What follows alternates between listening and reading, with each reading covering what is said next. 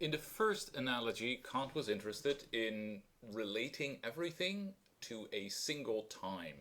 And according to Kant, we need the category of substance to do that. In the second analogy, Kant was interested in objective time order, right? One thing objectively happening before or after something else. And he told us that in order to represent that, we need the category of causation. Now, to round things out, in the third analogy, Kant is going to be interested in simultaneity, in two things happening at the same time, I should say, and according to Kant, we need the third category of relation for that, which is going to be interaction or community. And so Kant tells us that in the first edition, all substances, insofar as they are simultaneous, stand in thoroughgoing community, that is, interaction with one another. And in the second edition, he says that all substances, insofar as they can be perceived in space as simultaneous, are in thoroughgoing interaction. There seems to be a sort of empirical element in that second edition thing, right? Insofar as they can be perceived in space as simultaneous. I'm going to ignore that, right? And a different commentator or the same commentator in a different mood might start putting a lot of pressure on that. And some of the things that Kant is saying in the third analogy sound like he is thinking about perception, the perception of simultaneity, however that would work. But I'm going to assume that this is not, that there's no empirical condition here. That to even represent things to ourselves as being simultaneous is to represent them to ourselves as being in thoroughgoing interaction or community. So when we think, first of all, when we think of things as being in thoroughgoing interaction, I guess there are two different models that we could use for that, right? One model is that everything is having an influence on everything else, right? And so we would have to accept, for instance, action at a distance, which I don't think Kant would find very problematic, I mean, being so long after Newton, but it would be kind of surprising to find out that action at a distance is a priori, that we can know a priori that it works that way. Or, and this is maybe the better way to think of it, it could be enough for things to be in thoroughgoing interaction if there is always a chain of things that can be found, every link of the chain having interaction with the next link of the chain, getting us from any substance to any other substance. Right? So if I have a substance A and a substance B, on the first model, if they are simultaneous, A and B would have to be sort of in interaction at that time, right? Having a direct influence on each other. On the second model, we could have a bunch of substances in between. And as long as there's interaction between like each of these sort of, at each of these steps, then there's in a sense interaction from A to B. That is the milder model, the less demanding model. And so, as far as I can see, the better model for understanding what's happening here in the third analogy. Okay, so why would Kant believe that in order to represent things as happening at the same time, as being simultaneous, we would have to represent them as interacting with each other, as standing in this relation of thoroughgoing community? Well, let us start from the radical scenario, where there are, let's say, two substances, or two things, let's say two things in the universe, and they never have any interaction, right? There's never any kind of determination of one to the other or the other to the one. Well, why would we even say that? How could we even say, how could we even place them in the same time? Maybe that's the right way to say this. Right? What the category of substance, what the first analogy suggested to us is that we have to place them in the same time.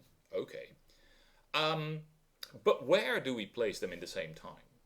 Right? If there is never any interaction between them, then it would seem to be completely contingent, completely up to us to place one earlier than the other, later than the other, at the same time as the other. There's nothing that determines the place in time, the relative place in time of these two events, right? Of these two things or whatever. So that doesn't give us a way to represent things. It doesn't really give us a way to represent things as being in the same time at all, maybe. It certainly doesn't give us a way to represent them as being at the same time. I mean, that would be a wholly subjective decision, nothing objective about it. If I think that two things are objectively at the same time, if I try to represent that to myself, what is involved in that? Well, suppose that there's interaction between them, that these two things determine each other, right? So something's happening here, something's happening here, and there's interaction between these two somethings. Okay, that is a way for me of thinking them simultaneously, of thinking them at the same time, right? If there's only like an influence of one on the other, that's causation, right? That sounds like the kind of thing where I have to think one after the other. But if there's this reciprocal influence, if these things in a sense determine or influence each other, if they're this state of the thing and that state of the thing, this sort of instantaneous state of the thing and that instantaneous state of the thing determine each other, then I have to represent them as being at the same time. Okay, that doesn't quite prove the point, right? This shows that if I represent two things as being in interaction, then I have to represent them as being simultaneous. But really what I want to show is that if I represent two things as being simultaneous, I have to represent them as being in interaction. Well, how to get there? Okay, we've already seen one extreme scenario, which is that two things are never in interaction, and that doesn't seem to work, right? That doesn't allow me to represent them as being simultaneous.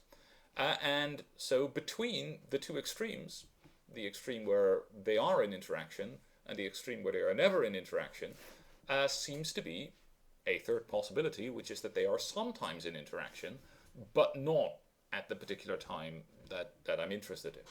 So maybe they were in interaction in the past. At some point in the past they interacted, then they both go their merry ways, and then at some point in the future they interact again. Could that give me a reason to say that these two states that are in between are simultaneous? Well, the answer seems to be no, because there doesn't seem to be a way to link like all of the states of the one trajectory and all of the states of the other trajectory to each other, right? That seems to be now a merely subjective choice. Okay, there's some state here between the past interaction and the future interaction, but whether that's a little bit earlier or a little bit later at the same time as some state of the other thing between these two interactions, there doesn't seem to be anything that determines that. There doesn't seem to be a rule. There doesn't seem to be anything objective here. So really the only way to get a fully objective rule for representing things as simultaneous, or let me say representing things as simultaneous, or like representing that as objectively the case, requires there to be a rule, and that rule, the only possible rule that there is this rule of interaction, right? At every moment, these things in the universe have to be in thoroughgoing community for me to represent them objectively as being at the same single moment in time, representing them as simultaneous. Thus, the simultaneity of substances in space cannot be cognized in experience, otherwise than under the presupposition of an interaction among them. This is therefore also the condition of the possibility of the things themselves as objects of experience, Kant tells us.